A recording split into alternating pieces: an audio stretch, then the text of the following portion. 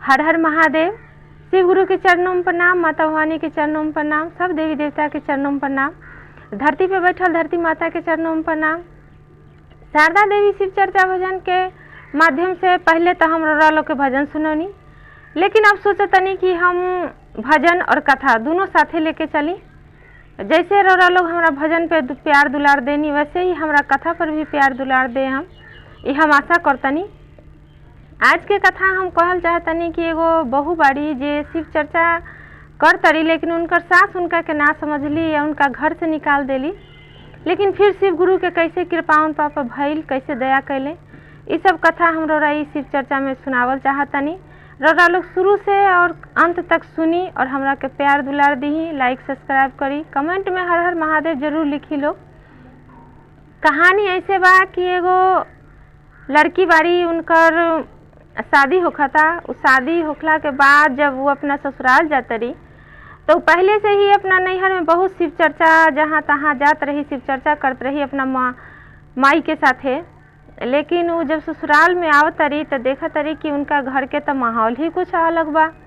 हुआ ना कोई शिव चर्चा कहता, ना भगवान के मानता, लेकिन वो लोग बस खाना खाए के जानत रहे लोग, काम करे के जानत रहे लोग। लेकिन अभी देखा तरी कि अब कहत सोचा तरी कि हम करी तो का करी, लेकिन फिर भी अपना शिव गुरु के ना छोड़ली। रोज अपना सवेरे उठ के दया मांगस, दोपहर में बिना केहू के सुनैले अपने मन से चर्चा करस, कथा कहस, आ रात में सुते घड़ी सारा घर के सारा काम संभाल के रात में सुते घड़ी अपन नमन करस, भगवान के धन्यवाद दे करके सूत जास। ऐसे करत करत भगवान की कृपा से 6 महीना उनका ससुराल में बीत गल। शिव गुरु के कृपा से उनकर पति तो उनका मने जाने लागल, प्यार करे लागल, बहुत माने लागल लोग।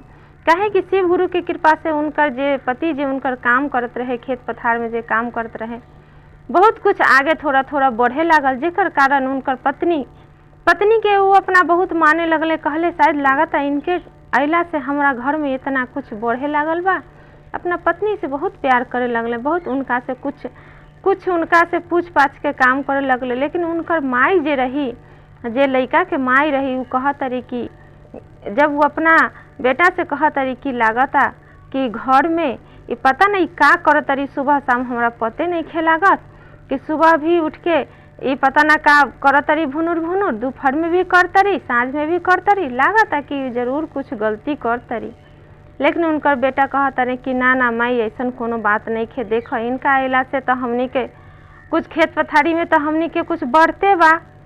लेकिन उनका माई कहत रही कि ना तोरा माने खोई तो मानो, हम तो ना माने कि इनका अइला से हमर घर में कुछ लक्ष्मी बढ़तारी, चाहे बात कुछ संस्कार बढ़ता। कहत रही कि ठीक बा। माई उनकर ना बात मान ली, वो बेचारा ना मान ले, कोनो बात ना। वो अपना अंदर अंदर अपन पत्नी से अपना सब बात विचार करे लगले, अपना उनका से प्यार करे लगले। एक दिन के बात बा, घर में कुछ काम, खेत पथार के कुछ काम पड़ल, खाद बिया लावे के। उ सोचले कि चलो हम शहर जाके कुछ ले आवतनी, खाद बिया सब ले आवतनी, पैसा कुछ जुटा के बेचारा शहर चल गए। तब वो तो शहर चल गए। एने बात तो उनकर सास जे बारी देखली कि लागता कि एक दिन उनका के खीसी में देखली कि वो कुछ मतलब दोपहर में कुछ पता ना का करत रही, हाथ जोड़त रही, फिर बोलत रही, फिर हाथ जोड़त रही, फिर बोलत रही।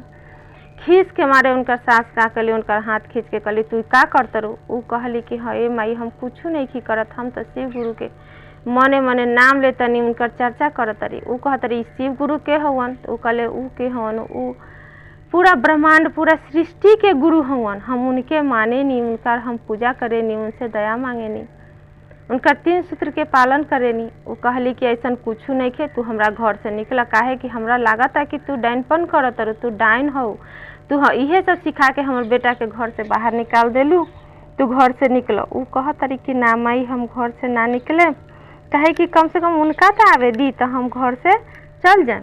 लेकिन वो ना मान ली, उनका ज़बरदस्ती उनका घर से निकाल देली। बेचारी रोते रोते घर से चल गई। रास्ता में सोचा तरी कि हे शिव गुरु तोहरे कारण आज हमरा घर से हमर सास निकाल देली, अब हम जाई तो कहाँ जाई, का करी, काहे कि हम नैहरो नहीं खिजा सकत, नैहर तो हमर गरीब बा, हम हुआ जाएम तो हमर बदनामी हो जाई कि घर से भाग के आगल बड़ी, अब हम कहाँ जाई। अब रो तारी, रोते रोते रोते रोते बहुत दूर निकल गईली। कुछ दूर पे गली तो का देखा तारी कि उनका एगो साधु बाबा कहा तारी कि ये बेटी काहे रो तरू?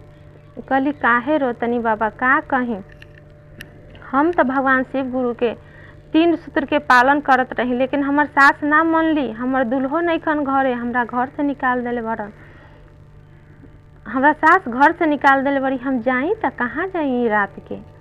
तो साधु बाबा कहले कोनो बात ना, मत रो, चल हिये पर एगो मंदिर बा, ओमे हम रहतनी, तुहू ओमे रहिया, शिव गुरु के हुआ मंदिर धोइया, पूजा करिया, सब करिया, तुहू रहिया हमरा साथे, हमरा खाना बना के दिया रहिया। कहली कि ठीक बा, चली रहे।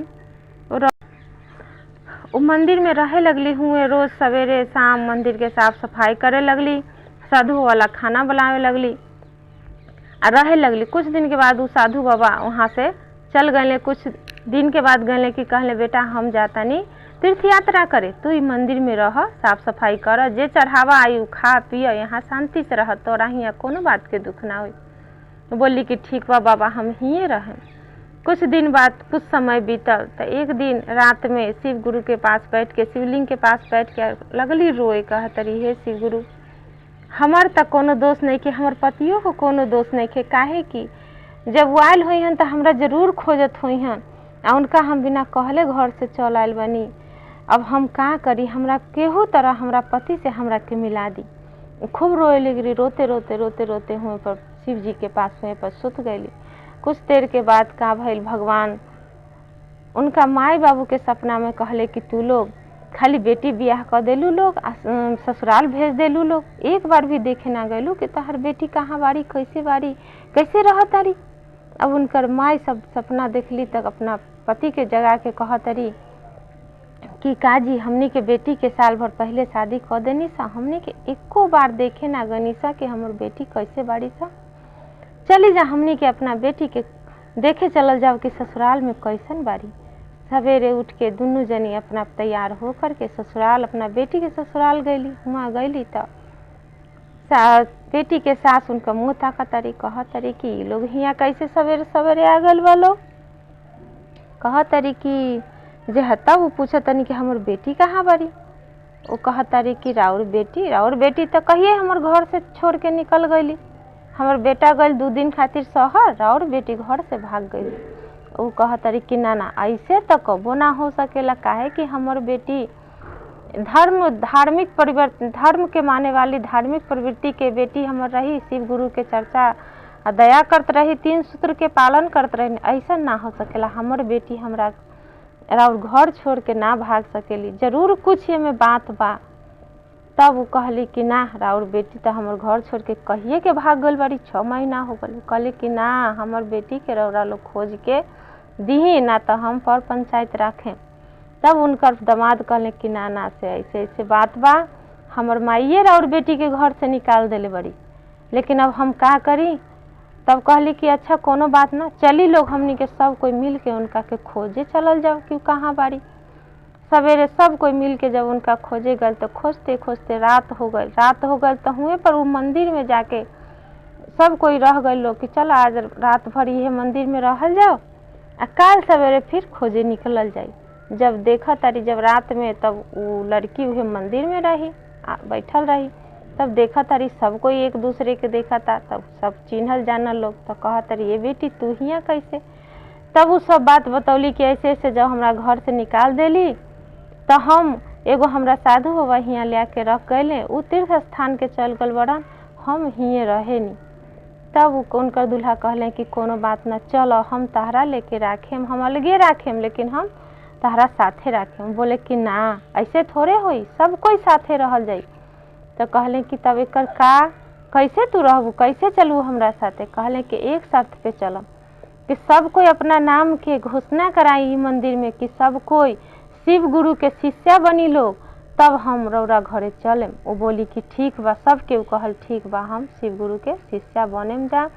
सब कोई अपन अपन नाम के घोषणा कराए लोग। ओकर बाद कहली कि जब भी समय मिले हमनी के सब कोई मिल के शिव गुरु के चर्चा करावल जाए, माई बहन शिव जे अगल बगल बा सबके बुला करके चर्चा करावल जाए, 3 सूत्र के पालन करल जाए, अगर ऐसा रौरा लोग करें तो हम रौरा लोग के साथ चलेम, ना तो हम ही ठीक बानी।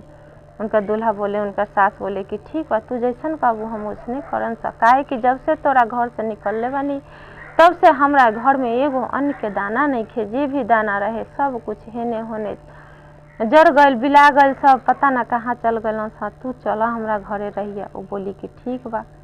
सब कोई आए लोग घरे खुशी खुशी। ओकर बाद से काल्हे होके जब भगवान शिव गुरु के चर्चा कर लोग, ओकर बाद से सब कोई 3 सूत्र के पालन करे लागल लोग, घर में खुशी खुशी रहे लागल लोग। तो हम तो ये कहम कि हे शिव गुरु शिष्या लोग कि भगवान जैसे सबके दिहले वैसे, जैसे उनका के दिहले वैसे सब गुरु शिष्या के देश, हमनियों के देश। हर हर महादेव। अरे अष्टम